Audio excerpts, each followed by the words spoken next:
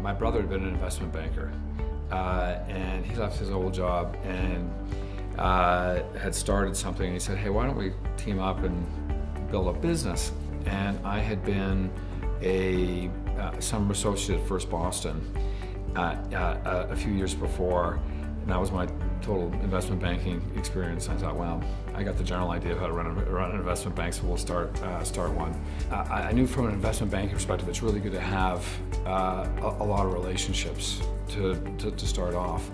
And I didn't know a soul in Calgary. I literally did not know a soul. The one thing I really knew about Calgary was that it was this jumping off point to be able to get to Banff. And I've been to Banff before, and I really liked Banff. I thought, well, that's a positive in terms of what Calgary's got going for it. So I knew that it was close to Banff. I knew that it was sort of manned mostly by engineers who were the real smart guys at the university, and you needed a lot of relationships. I had really no natural advantages coming to Calgary whatsoever. I was starting with a clean sheet.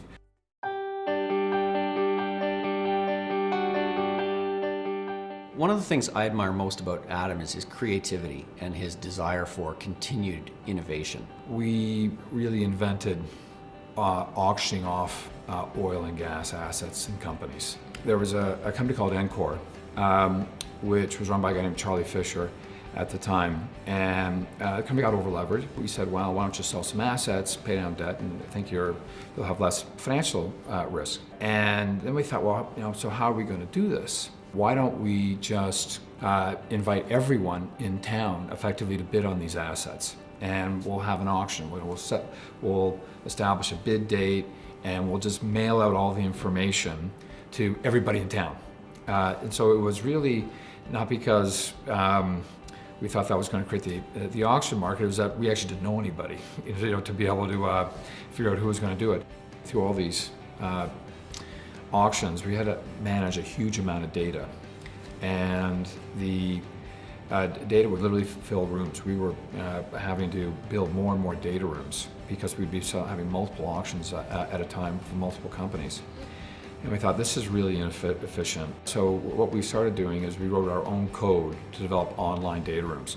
Again, today it sounds like, doesn't everybody have that? Actually, nobody was doing that at the time. If you wanted to look at data, you had to go to a physical room. When we came together, Scotiabank and Waterous & Co. in 2005, one of the things that Waterous brought to our bank was a global platform, which was within oil and gas, which was different than what we'd had previously to that point in time, and also a deep technical capability within the oil and gas space that we lacked prior to that. Over time, we built up to about 40 geologists, engineers, technical people to be able to effectively communicate with the technical staffs that the buyers had.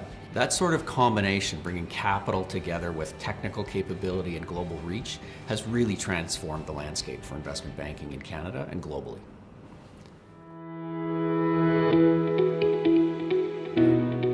He's one of the most knowledgeable and creative people in our industry that can put unique deals together that I've ever been around. The thing I'll always remember about Adam is he's always got ideas. And on a fairly regular basis, he'd come see me and he'd say, well, give me just a moment. And he'd kind of do his thing, kind of look at the sky for a minute, and then he'd go off and he'd share his view on what he thought might make sense for us.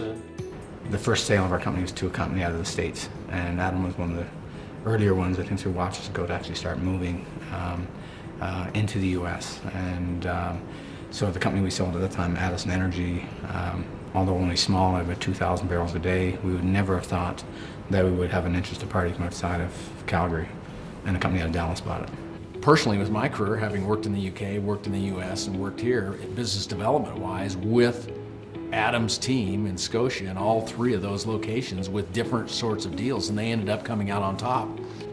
They had that Adam Waterous creative spark that was worth having on your team and not someone else's.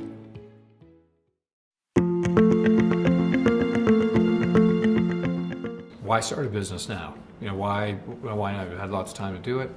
right now you're getting some of the best rates of return on a risk-adjusted basis, drilling for oil and gas, than you ever have. And when I say ever, I mean like 100 years. Now, things are changing, certainly year to year, if not month to month, on a lot of this technology. And I'll give you an example. We sold some Eagleford assets for SM Energy. These assets had been developed in 2014 by Anadarko, and now you fast forward to the end of 2016 and you get way better results. 2 years. That's unprecedented in the business. The business hasn't changed like that really ever. So that's why I decided to move from being just an advisor into the business to being a principal. So that's why I decided to start Waterous Energy Fund, and we'll see what the future brings. But I do think it's an unusually great time to be an investor in the business, and that's what's really driven me.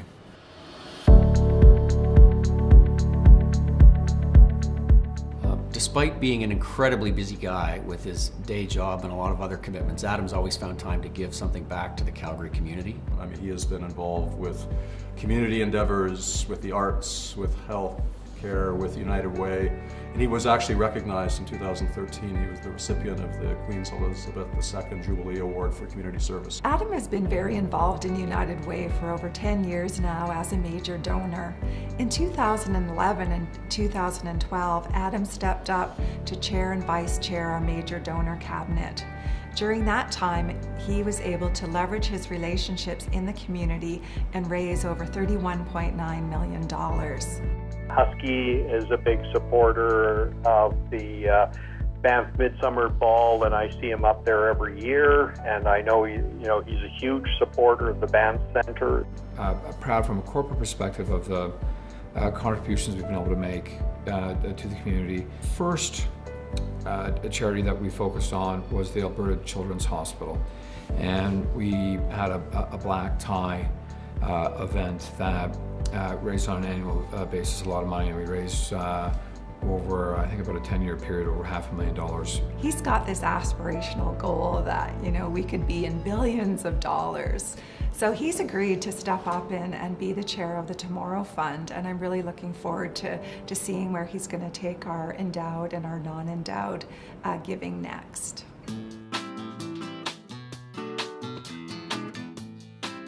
Adam and Jan, and my wife Alana and myself are both members of the Three Sons Club. So I have three sons that are exactly 1 year older than all of Adam's sons. They went to the same school. I also had the pleasure of having Adam's son Connor work for me for one summer. So clearly Adam's done a great job as a mentor, as a supporter of his sons, and I certainly saw that with his son, who's a chip off the old block. Adam's was always trying to get me to do the Jasper Banff bike ride he does every year. And he does it in 2 days, and I always told him if he would only do it in 3 days, I'd come. But that's just Adam. If you can do it in 3 days easy, there's no point. I think Adam has always fantasized about a separate career as a film director. In all of our annual meetings within Scotiabank, where we would discuss strategy for our business going forward, Adam would put together a series of movie clips and would always try to tell us a story using famous movies and brilliant scenes from movies that many of us had seen before. It was a very impactful way of telling a story, and I always thought Adam might harbor secret ambitions to go into cinema himself. Getting to golf with Adam is a real special treat. It is, I don't know what combination of sports you would try to put together, but it's a mix of hockey and golf. He's jumping, excited, yelling, screaming. Every shot has the chance of being the greatest shot ever. And it's just a blast.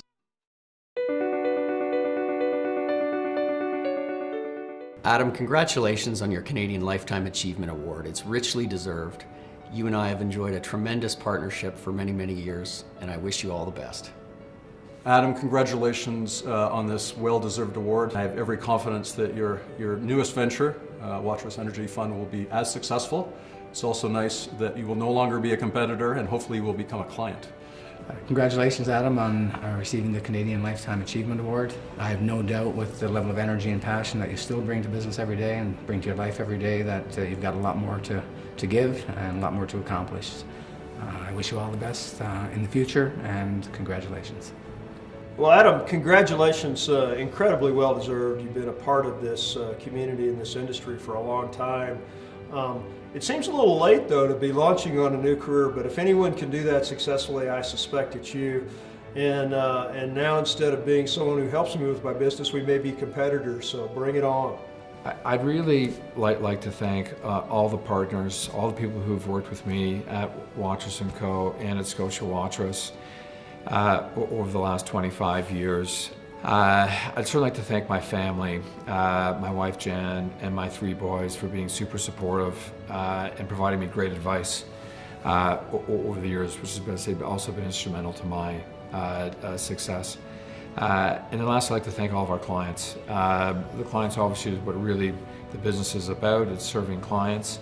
And I would say, in my view, from a cultural perspective, the clients in the oil and gas business are amongst the highest integrity, most fun people to be working with of any industry that I've experienced. So I just want to thank you all.